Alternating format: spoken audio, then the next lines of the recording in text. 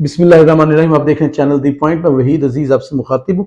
अगर बात करें सबसे पहले तो आजकल की सियासत में जो सबसे बड़ा मौजू है वो ये है कि पाकिस्तान तहरीक इंसाफ के जितने भी लोग हैं वो कब उड़ान भरते हैं, उड़ान भरकर कहाँ जाते हैं। पाकिस्तान तहरीक इंसाफ में शिकस्त और रेख्त का अमल मुसलसल जारी है और ये एक ऐसी सिचुएशन बनी हुई है कि एक घंटे बाद टीवी देखें तो लगता है कि फलां शख्स ने भी छोड़ दिया, फलां शख्स ने भी छोड़ दिया और एक प्रेस कॉन्फ्रेंस आ रही होती है। ये जो एक सिलसिला चल रहा है ये ऐसे ही है जैसे मुख्तलिफ नताए जाते हैं, जिस तरह इलेक्शन के दिनों में नताए जाते हैं ना कि एन ने फलां से नतीजा आ गया, एन ने फलां से, ऐसे नतीजा आता है अब कि अटक से फलां ने छोड़ दिया, औरंगजेब से फलां ने छोड़ दिया, कराची से फलां ने छोड़ दिया। ये सब चीजें क्यों हो रही हैं? पाकिस्तान तहरीक इंसाफ मुल्क की सबसे बड़ी सियासी जमात इस एतबार से भी थी कि वो असेंबली में सबसे ज्यादा सीटें रखती थी। तो अगर आप टेक्निकल देखें सबसे बड़ी जमात थी, फिर वोट भी उसने सबसे ज्यादा लिए, फिर जिस तरह का उसने रिस्पॉन्स ज़िमनी इंतखाबात में लिया, किसी भी शख्स के हुकूमत से उतरने के बाद मेरी नुक्ता नजर के मुताबिक इमरान खान वाहिद लीडर है जिसको लोगों ने वोट दिए। उसके बाद भी जब ये सारी सिचुएशन हुई, अब ऐसे क्या हालात हो गए कि वो लोग छोड़कर जा रहे हैं, तो हौसला होना चाहिए था पाकिस्तान तहरीक इंसाफ के लीडर्स में।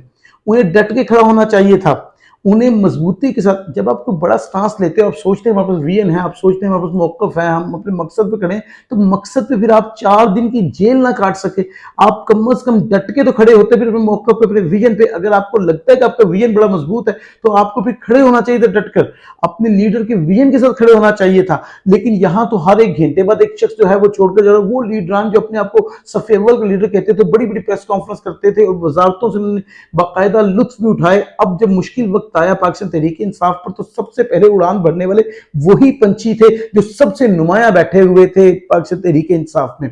तो ये आजकल की सियासत में आप कह लें इस वक्त सबसे बड़ा एक मौजू है। और मैं इसको अगर तज्ज़िम बात करूं तो बड़ी सादा बात करूं कि कम हौसला लगे लीडर मुझे।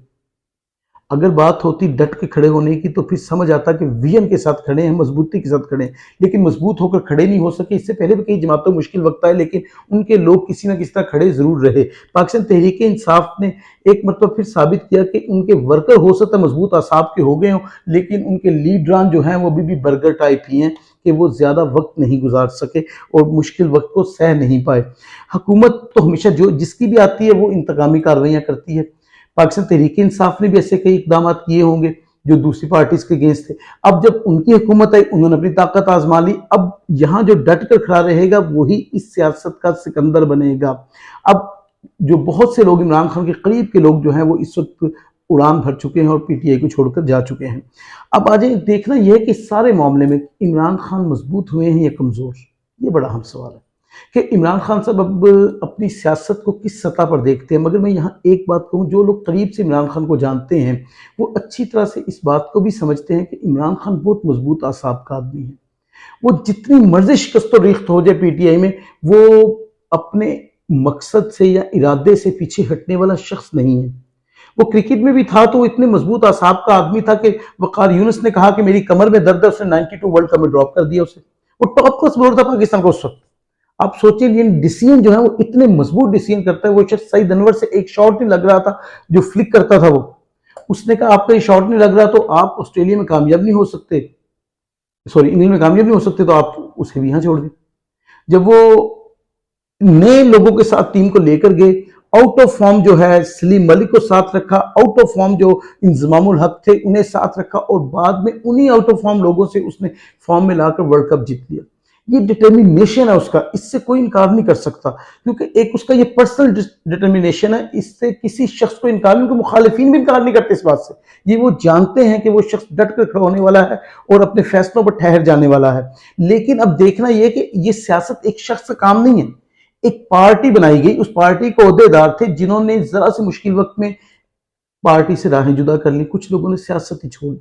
जिन्होंने सियासत छोड़ी इस पर दुख है। शीरी मज़ारी बहुत बड़ी खातून है। शीरी मज़ारी सिर्फ अगर पॉलिटिशियन होती तो मैं शायद ये बात ना करता। वो प्रोफेसर रही, वो जर्नलिस्ट रही, उनके बहुत सारे ओहदे हैं कि उनकी एक इज्जत है सोसाइटी में। जिस तरह उन्होंने सियासत छोड़ी, बाहर उन्होंने जो वजूहत बताई उन्होंने डोमेस्टिक रीजंस बताई, हो सकता है यही हो। अब वो अगर सियासत में नहीं है तो हम समझेंगे कि सियासत में एक पढ़ा लिखा बाप बंद हुआ है, जो कि नुकसान की बात है। इसी तरह अगर बात करें तो इन सारे मामलात में जो है इलेक्शन अब करीब नजर आ रहे हैं, इसलिए कि -1 जो फार्मूला बनाया गया था इंग्लैंड में वो करीब है कि अब इमरान खान को अपनी तरफ से मीडिया को भी मुकम्मल तौर पर हुकूमत ने कंट्रोल कर लिया है। पैमरा जो है वो वजीर इत्तलात की इशारों पर चलता है, जिसको दिखाना है या किसको नहीं दिखाना, ये सारे के सारे मामला जो है वजीर इत्तलात के पास मौजूद है। और इलेक्शन मुस्तकबिल करीब में नजर आ रहे हैं, इसलिए कि जो कुछ हुकूमत चाहती थी वो सब उनके मुताबिक हो रहा है। और माइनस इमरान या यूँ कह लें कि पीटीआई के कमज़ोर होने की वजह से वो 13 जमातें अब इलेक्शन की तरफ बढ़ रही हैं। और जब वो इलेक्शन की तरफ बढ़ रही हैं, इन्हीं हालात में देखें तो डॉलर की ऊँची उड़ान है। जिस तरह पाकिस्तान तहरीक-ए-इंसाफ के कारकुनों के खिलाफ क्रैकडाउन जारी है, इसी तरह डॉलर का रुपये के खिलाफ क्रैकडाउन जारी है। और रुपया जितना डॉलर बुलंदी पर जा रहा है, रुपया उतना ही पस्ती में गिरता जा रहा है। और ये इलेक्शन होंगे तो इस्तेहकाम आएगा, इसलिए कि मुस्तहकम सियासत जो है वो मुस्तहकम इकॉनमी के लिए ज़रूरी है। तो ये करना ही पड़ेगा। और अब हुकूमत उस तरफ बढ़ रही है कि इलेक्शन की तरफ उनका रुझान बढ़ता हुआ नज़र आ रहा है। और मैंने आपको वजूहात बता दी हैं क्या हैं, लेकिन इस सारे में पाकिस्तान तहरीक-ए-इंसाफ तो ज़ाहिरी तौर पर कमज़ोर नज़र आ रही है, मगर इमरान खान एक मज़बूत आसाब के आदमी हैं और ये बात उनके मुखालिफिन भी जानते हैं। उन्हें कितना तोड़ सके हुकूमत इन सारे मामलात और वाक़यात में, ये तो मुस्तकबिल में ही पता चलेगा। आपको वीडियो अच्छी लगी तो चैनल सब्सक्राइब कीजिएगा। ऐसी किसी वीडियो के साथ मुलाकात होगी। अपना ख्याल रखिएगा। फ़ी अमान।